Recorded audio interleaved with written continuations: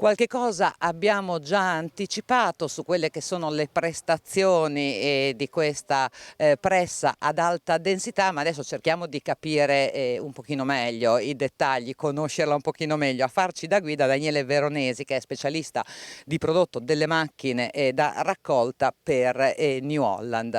Allora, intanto alta densità, qui l'abbiamo data per scontata. Chi ci ascolta e non coltiva cereali o non vive, non conosce bene il mondo dell'agricoltura, magari avrà intuito rispetto a quello che abbiamo detto che l'alta densità è quello delle balle, di queste balle giganti tra l'altro. Che cos'è esattamente alta densità rispetto a che cosa? Ci sono anche dei parametri precisi? Certo, allora diciamo che le big baler possono essere categorizzate in due segmenti distinti, quindi le big baler a densità standard, quelle che fino ad oggi commercializzava New Holland con i modelli Big Baler Plus, e le big baler ad alta densità, quindi un segmento in cui New Holland entra quest'anno avendo presentato la macchina, la nuova Big Baler High Density ad Agritecnica, e di cui ne abbiamo un esemplare qui alle nostre spalle. L'alta densità si prefigge di avere quindi una densità delle balle che è superiore a 175 kg per metro cubo di prodotto. Questo significa andare ad aumentare il volume di prodotto compresso all'interno di una balla per migliorare tutta quella che è la gestione della filiera dei prodotti e delle balle che vengono poi nel 90% dei casi comunque molto spesso trasportate. Questo rientra in un ciclo produttivo agricolo molto efficiente e quindi queste macchine servono a migliorare l'efficienza delle aziende agricole, dei contoterzisti e dei commercianti. Questa è sicuramente la prima caratteristica che già c'è nel nome, però ce ne sono altre, perché qua davvero tecnologia all'avanguardia su questa Big Baler. Assolutamente, come sempre New Holland quando entra in un nuovo segmento e presenta un nuovo prodotto cerca di farlo al meglio. Su questa macchina abbiamo alcune caratteristiche veramente tecnologiche e innovative che la distinguono da tutte le altre macchine attualmente presenti sul mercato, e nello specifico ce ne sono alcune molto interessanti, come ad esempio la scatola di avvio Smart Shift, che è collocata nella parte anteriore della macchina sotto il cofano principale, e serve ad avviare in maniera fluida e graduale la macchina per evitare sovraccarichi alla catena cinematica.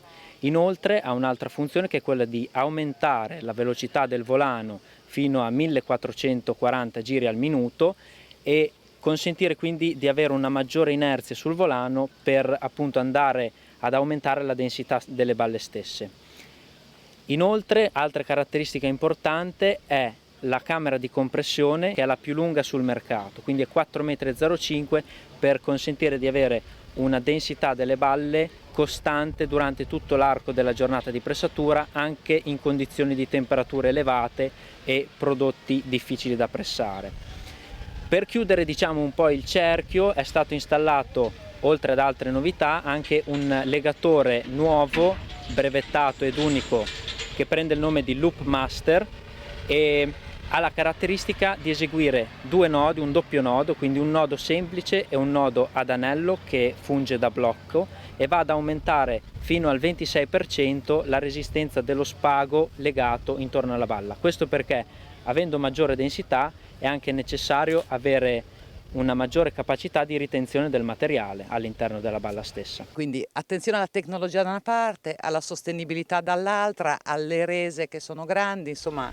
E anche sicuramente all'affidabilità. Un occhio è stato tenuto anche all'affidabilità della macchina, infatti questo lo possiamo notare anche dall'arco di densità nella parte posteriore, che notiamo che è molto robusto, e proprio per garantire un elevato grado di affidabilità della macchina e anche di tutto il prodotto lavorato.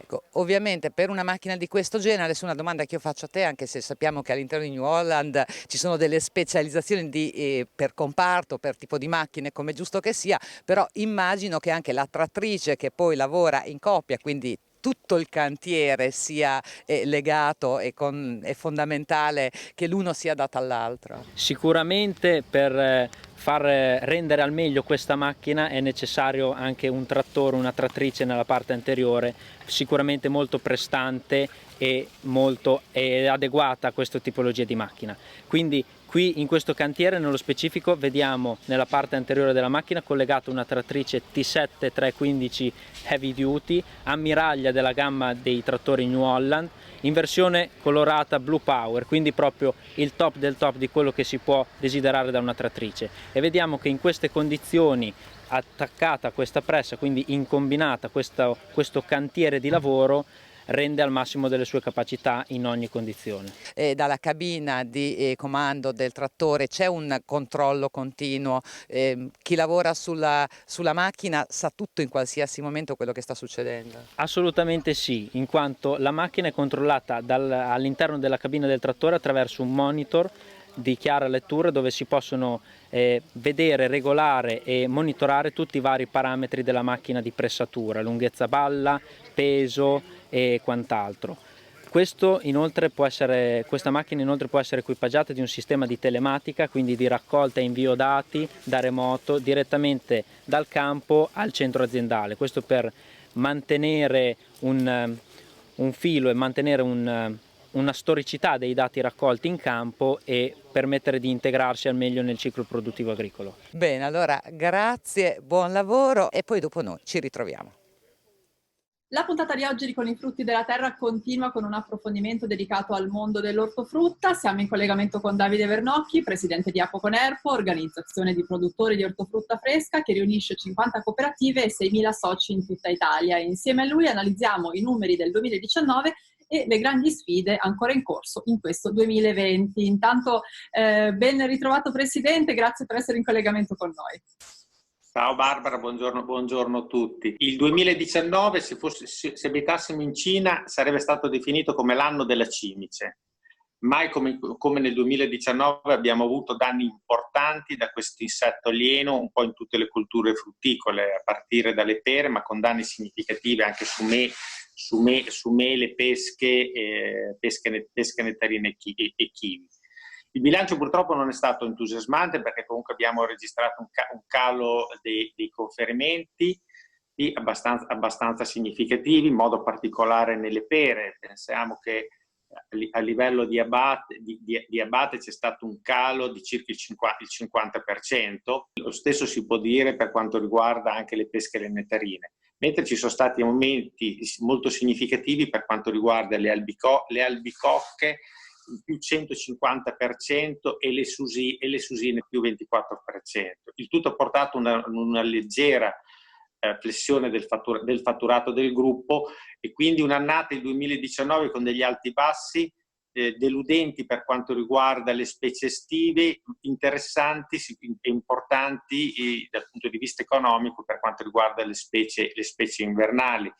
Ha brillato il kiwi, complice una strategia portata avanti dalle nostre commerciali particolarmente attente, finalizzato a conservare a lungo il prodotto. Anche le pere alla fine non sono andate male in termini di fatturato perché nonostante il calo produttivo il mercato ha recuperato. Noi è chiaro che di fronte a questa crisi ci siamo attivati a tutti i livelli, in modo particolare nei confronti delle istituzioni. E a ottobre la ministra Bellanova ha promesso 80 milioni di euro per intervenire nell'ambito della 102 per indennizzare quelle aziende agricole che avevano subito un danno superiore al 30%. Le istruttorie delle pratiche sono proprio in corso in questi giorni. Purtroppo non tutte le aziende verranno indennizzate proprio perché questo meccanismo della 102 non è tale da compensare gli ingenti danni in termini di reddito che i nostri produttori hanno subito. Ecco, e tra l'altro anche quest'anno si presenta difficile, ci sono state le gelate, poi naturalmente anche tutta l'emergenza coronavirus, insomma anche il 2020 non sarà semplice. Sì, non ci sta mancando nulla, dico per la verità, perché è partita la vicenda coronavirus con anche in questo caso degli alti bassi, nel senso abbiamo avuto delle specie che hanno trovato un riscontro positivo dal mercato, mi riferisco soprattutto alle specie conservabili, mele, kiwi, agrumi, ha avuto un mercato particolarmente brillante, mentre quelle specie, i cosiddetti freschissimi, più orientati al canale Oreca, cioè quello dei bar, ecco che qui ci sono stati sicuramente dei problemi importanti. Poi fine marzo, ci sono state un po' in tutta Italia, ma in modo particolare qui in Emilia-Romagna delle gelate molto importanti, con abbassamenti termici fino a -5, -6 gradi per 8-12 ore consecutive. E questo è successo per 3 notti e questo praticamente ha falcidiato un po' tutte le produzioni estive, con dei danni nelle albicocche e nelle drupaci in senso generale che superano abbondantemente il 90%, per cui abbiamo oggettivamente il comparto da questo punto di vista assolutamente in ginocchio e ci preoccupa perché venendo da un anno, il 2019, molto complicato come dicevamo prima per effetto della crisi, il 2020 la mancanza di prodotto è tale per cui le aziende sono sicuramente in grossissima difficoltà. Con tutte le organizzazioni agricole ci siamo attivati per chiedere una deroga alla 102, proprio perché causa il coronavirus. All'inizio, fine febbraio, primi di marzo, le aziende agricole si sono trovate nell'impossibilità di fare la copertura assicurativa contro il gelo. Il dato emblematico regionale è tale per cui 2020 su 2019 sono stati assicurati meno della metà dei capitali rispetto all'anno precedente, come anche il numero delle aziende, a dimostrazione di quanto il coronavirus, i limiti che ci imponevano in quelle settimane, questa triste vicenda sanitaria è stata tale per cui le aziende, ripeto, non sono riuscite a assicurarsi.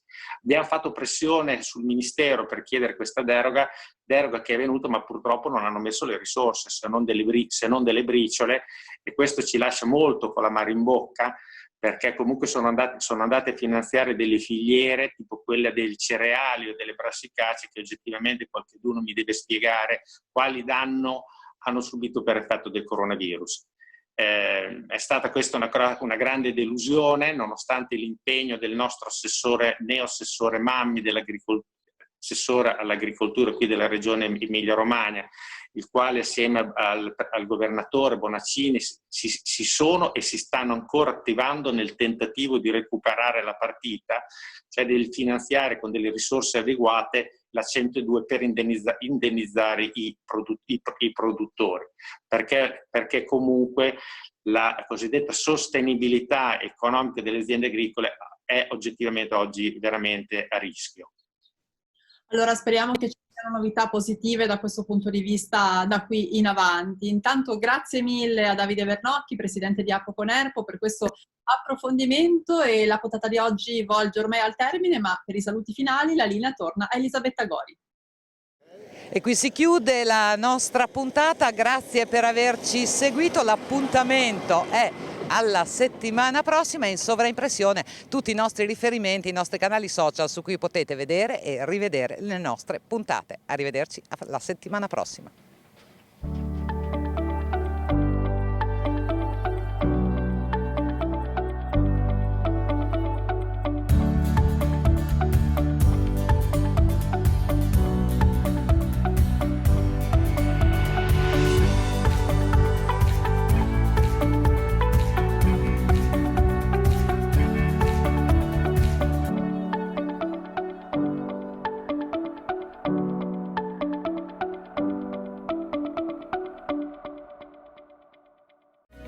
In collaborazione con